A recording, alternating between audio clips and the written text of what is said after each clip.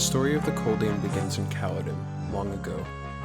A densely populated underground city mostly consisting of dwarven miners, Coldain was built deep into the mountainside of the continent of Fëdor. For thousands of years, the dwarves had earned a reputation throughout the world as excellent miners, sturdy warriors, and devout clerics. Devout to their creator, Velious, who planted them in his image deep underground, where he knew they would thrive. But new opportunities for mining often came from above ground and across oceans, as dwarves would journey far and wide in search of new tunnels to mine.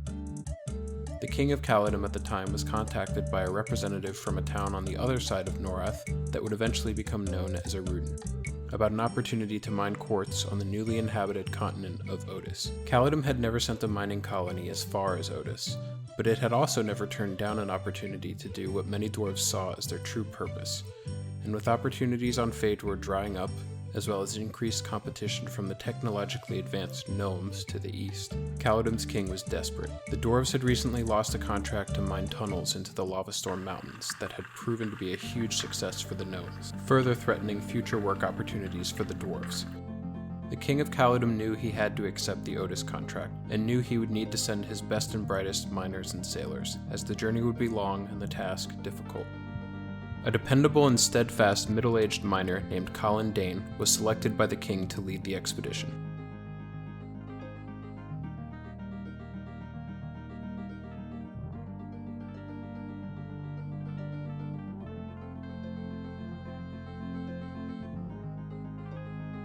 In total, hundreds of dwarves gathered at the docks of Coldain to sail to Otis.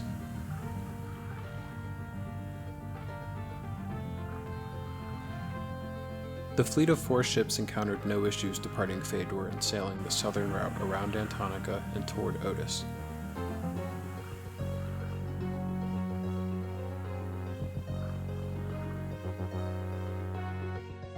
However, in between Antonica and Otis, the fleet ran into a massive storm, with waves stronger than even the most experienced of the sailors had encountered.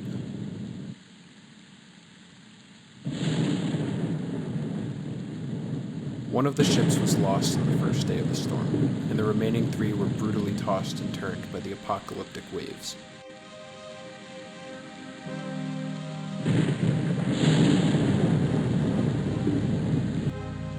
The dwarves all huddled together in the ship's holds, waiting for the seas to calm.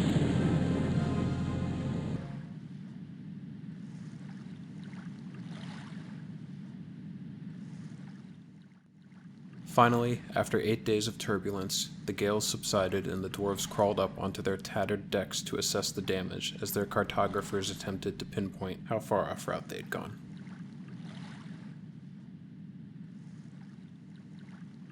To everyone's horror, one more ship had not survived the storm.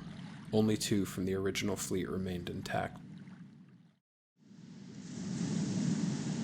The skies were unrecognizable to the navigators, and the damage each ship had sustained made a long journey for the remaining ships impossible. Colin took the consensus guess among his remaining navigators and sailed steadfastly in the chosen direction, hoping land would eventually appear.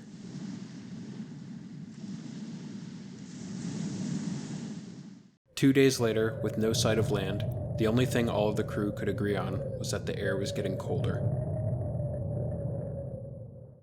Some nights were so cold that it was normal for the dwarves to wake up each morning and find another member of their crew had frozen to death.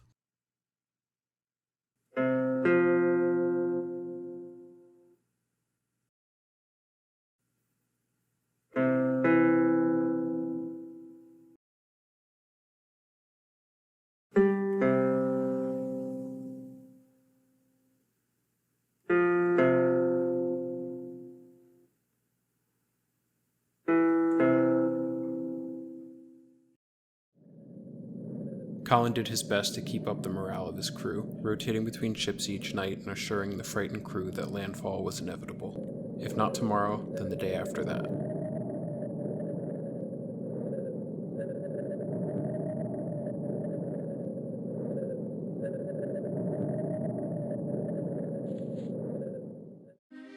Eventually, Colin's words rang true as audible cheers erupted from the front ship's deck when a large, white landmass appeared in the distance.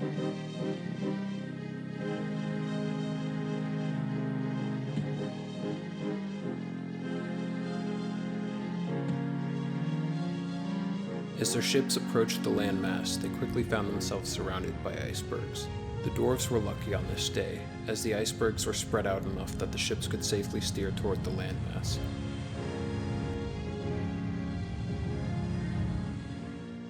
By the time the first ship anchored against the landmass with a giant thud, less than 100 of the dwarves remained of those who left the docks of Coldain only weeks ago. None of the 2 remaining ships were in good enough condition to survive a departure through the icebergs. The dwarves were stuck, for now. There was chatter among the dwarves that this may be the ancient continent of Velious. All of Norath knew the legend of Velious, the frozen continent where life on the planet began, and where no civilized race had successfully journeyed to and made it back to tell the tale. Most of the dwarves weren't convinced that this landmass they stumbled upon could actually be Velious. Though it seemed empty of intelligent life, there were trees and brush on the frozen landscape. Colin's first plan involved finding wood and other material to construct shelter and prevent more dwarves from freezing to death. There's an old dwarven saying that dwarves are like time itself, neither can remain idle. After suffering through their first night in the open tundra, the dwarves decided to follow their instincts instilled from Brel and find a way underground.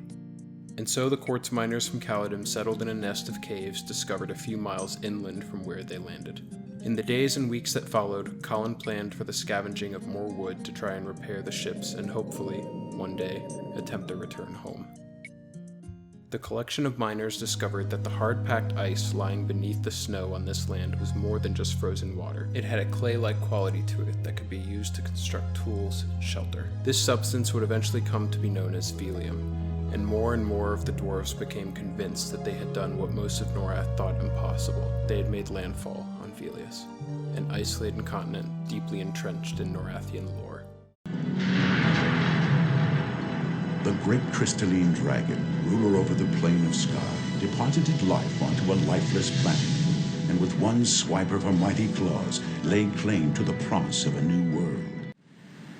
The intelligent races of Norath believed that Velious was where the crystalline dragon Vishen had struck the planet, supplying it with life.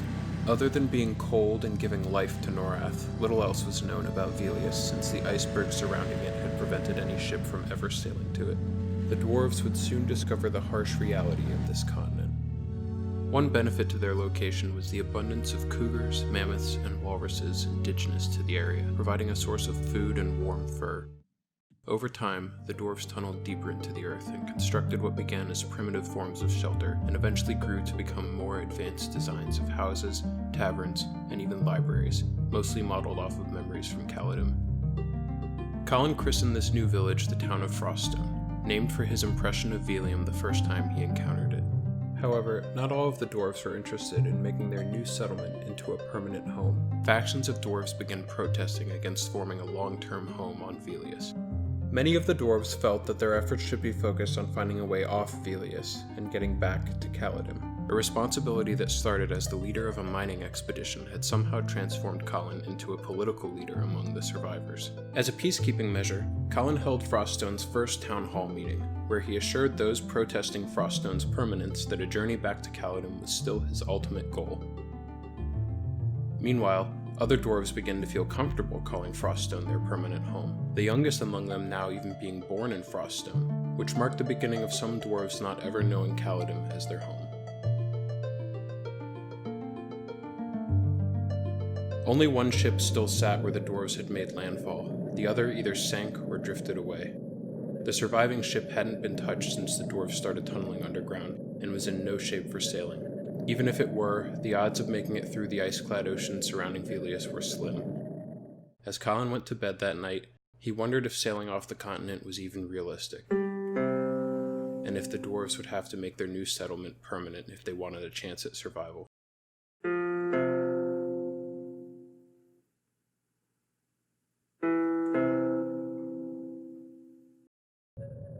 After a few months, rumors began surfacing among the hunting parties who journeyed to the surface that giant figures had been spotted out on the landscape. After enough hunters claimed the sightings, the majority of Froststone accepted the rumors as truth. But Colin calmed the town by assuring everyone that intelligent life on the continent had not yet been discovered. His only knowledge of giants came from the continent of Antonica, where many giants had been sighted.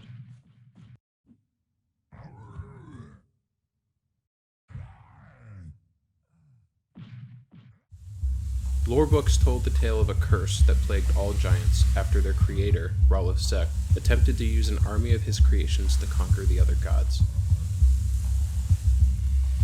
After the army's defeat, a council of victorious gods decreed a curse on all of Relocate's creations. They would be just as strong, but stripped of all intellect. Reacting on nothing more than instinct, they were reduced to some of the strongest, yet dumbest, races on Norath. The dwarves knew this lore well, as their god, Velious, formed a rivalry with Relocate early in Norath's history. This bad blood spilled over to each god's creations, as the dwarves and ogres had a rivalry that spread across 2 continents. Little did the dwarves know their landfall on this uncharted continent would begin a continuation of the 2 gods' hatred for each other. A few weeks later, after a hunting party had failed to return from its typical outing, some dwarves began panicking. Days went by with no sign of the group.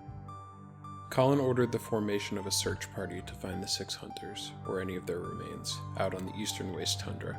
The search party followed the hunters' normal route, yet after 2 days of searching, returned empty-handed, finding no sign of any of the dwarves.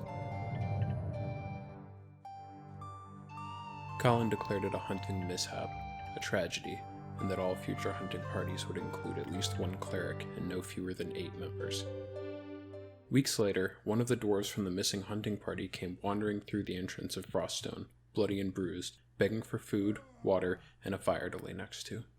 The town's guards escorted him to the inn. After being tended to by the clerics, the man requested a visit from Colin. Colin was happy to hear there was a survivor from the missing party and paid the man a visit. After greeting him, Colin asked with a comforting tone what had happened to him.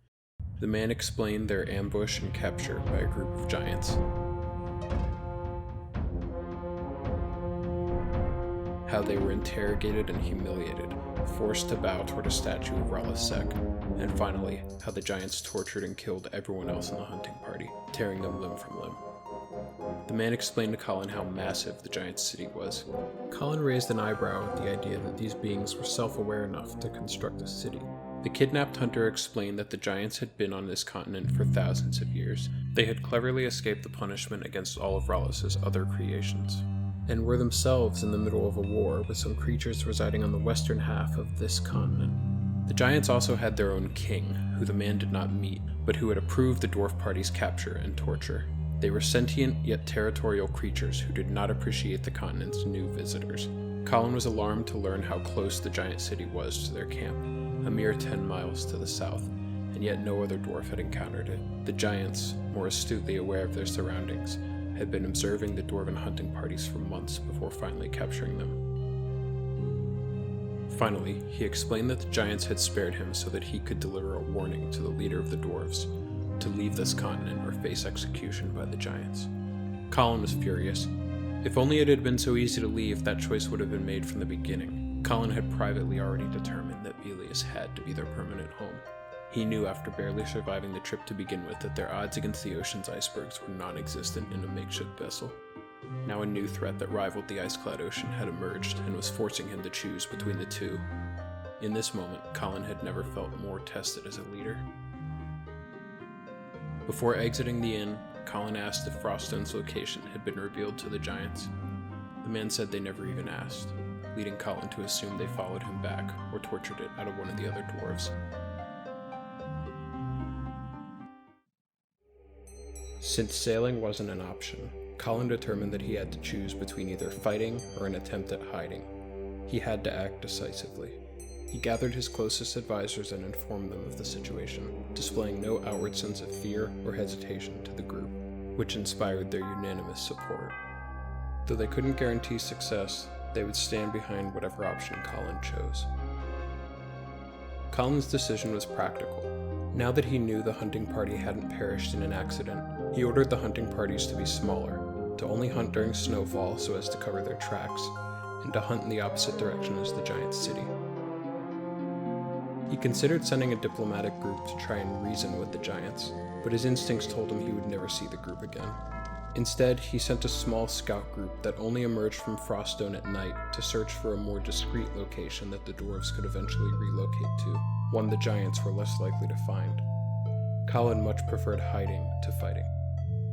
Froststone was built out of urgency, and without any thought for the need to defend themselves from an army. It was tunneled underground, but still in the middle of a snowfield. The tunnels were also mistakenly made spacious enough that the giants would likely be able to fit inside. The giants could probably overwhelm Froststone and eradicate the dwarves at will. While Colin weighed the options for relocation, he knew he would have to simultaneously brace the city for a potential assault.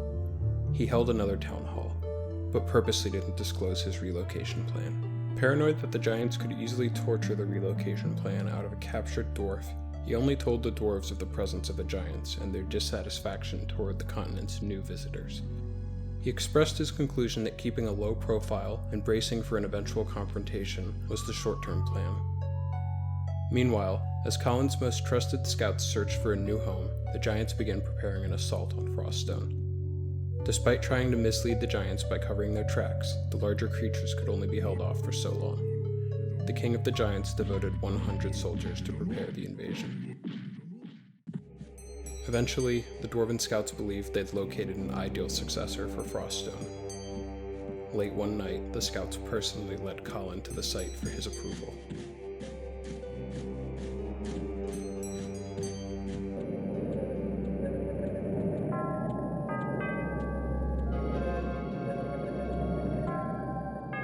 As he gazed at the mountainside for the first time, it took him back to the first time he looked upon Coldain. Despite feeling like a million miles away, memories of Coldain flooded through his mind.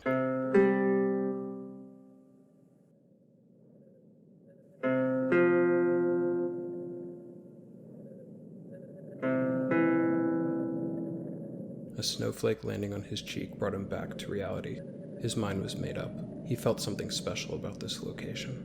By tunneling into a mountainside, and better yet, behind a waterfall, the dwarves could disguise their location much better than a hole in the middle of a field. Better still, the location was in a region farther northwest than Froststone, where the weather was often worse and giants were rarely spotted.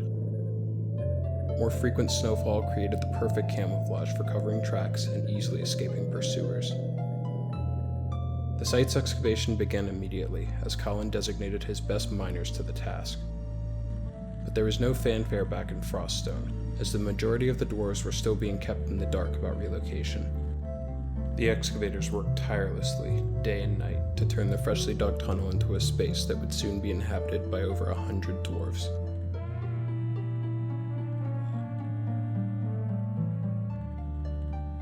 As the days passed, Colin knew time was running out. He concluded that their new home would not be ready in time to avoid the giants. With an assault probably imminent, the dwarves began setting traps throughout the caverns leading into Froststone.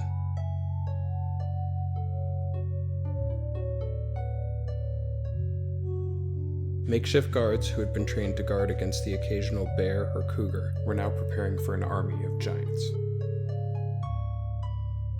A few days later, the dwarven hunters emerged from underground to find an army of giants staring down Froststone.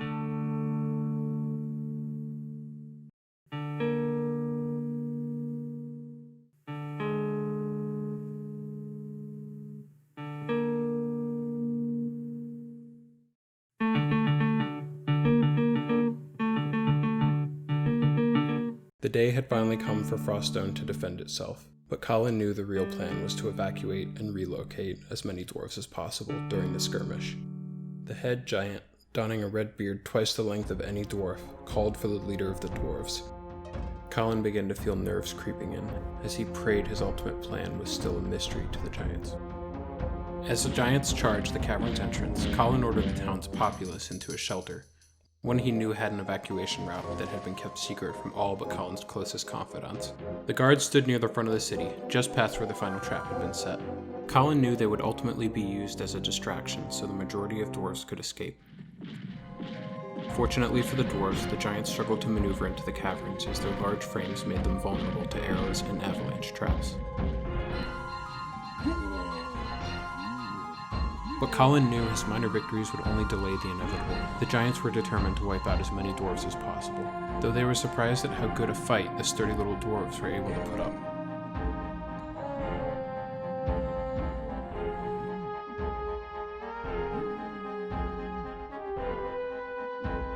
As the battle for Froststone waged on, Colin felt the earth rumble each time a trap would trigger or a giant's corpse fell. Ultimately, one by one, dwarf after dwarf fell in battle. Colin gathered his advisors into the large room he had previously held town halls in. As he stepped into the room for the last time, preparing to reveal his plan to the remaining dwarves, visions of the previous town halls passed through his head. Dwarves passionately begging Colin to leave this continent by any means necessary, and Colin diplomatically dismissing their concerns. He couldn't help but question if he'd made the right decisions leading to this moment. The rumble of Froststone crumbling around him brought Colin back to the moment. He ordered his closest confidant, Glite Snowchipper, who had personally led Colin to the site that would soon become the dwarves' new home, to begin leading the evacuation. Colin explained that he and a small group would focus on luring the remaining giants as deeply as possible into Froststone, while the newly formed evacuation tunnel would lead to a hill-covered region to the northwest, with the tunnel's entrance being collapsed after the last wave of dwarves made their way through. The tunnel's exit was dug far enough away that it would be unlikely that any giants would be in the area, and Glite would lead them to their new home. Colin asked for a few volunteers to stay with him in what remained of Froststone, to create the appearance that the giants had cleared out all of the dwarves except for their leader and his closest advisors. Since the giants had never been inside Froststone before, they had no way of knowing how many dwarves lived there.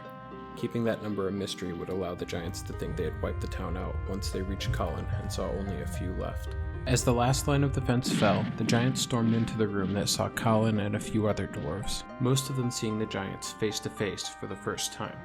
It was obvious by the protective formation around him who the leader of the dwarves was. Colin prepared his mining hammer, which he had modified for combat, the same hammer that his father handed down to him, that had earned him the respect of his fellow miners in all of Caledon, and likely had a hand in him being selected to lead this expedition. Colin and his men fought, knowing there would be no victory in combat.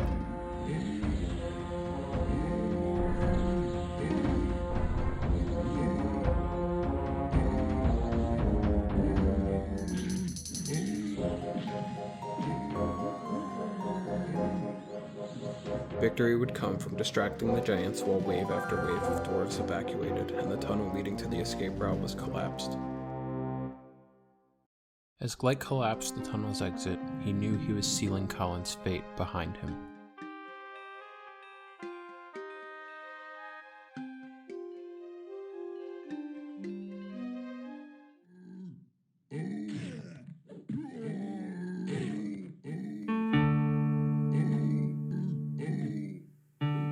The giants of this new and strange land had finally done what the elements, bad luck, and decades of strenuous mining hadn't been able to.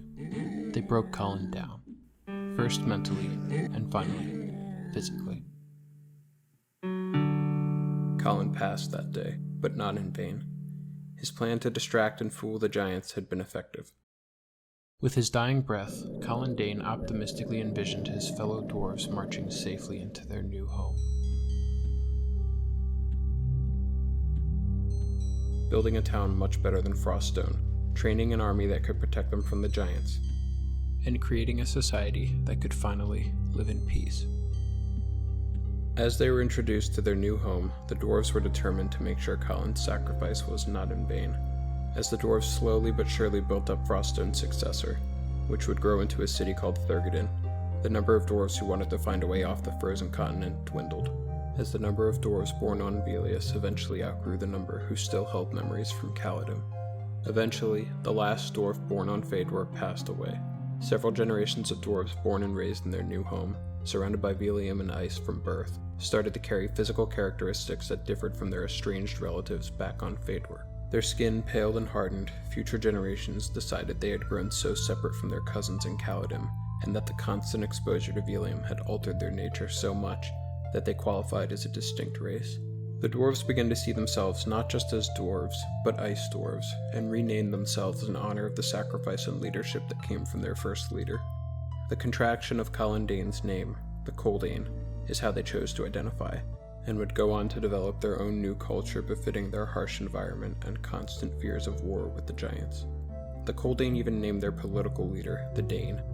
Each new leader would take on the name Dane, followed by the numeral representing their order of succession since the original Dane. Meanwhile, it wouldn't be long before the giants, thinking they had rid themselves of the tiny nuisance once and for all, began spotting parties of dwarves in various parts of the continent. This time, the carefully chosen entrance to the Coldain city kept its location a mystery to the giants. Skirmishes breaking out in the tundra between giants and dwarves were common, and the rivalry between the two races would only escalate as the Coldain population, as well as access to resources, increased. What was once a dividing issue for the dwarves of staying on Velious versus trying to leave the continent would come to be replaced by a new debate that divided the dwarves, whether to confront the giants and lead an offensive against their city, or to remain in hiding and live the rest of their days inside the tunneled walls of Thurgoden.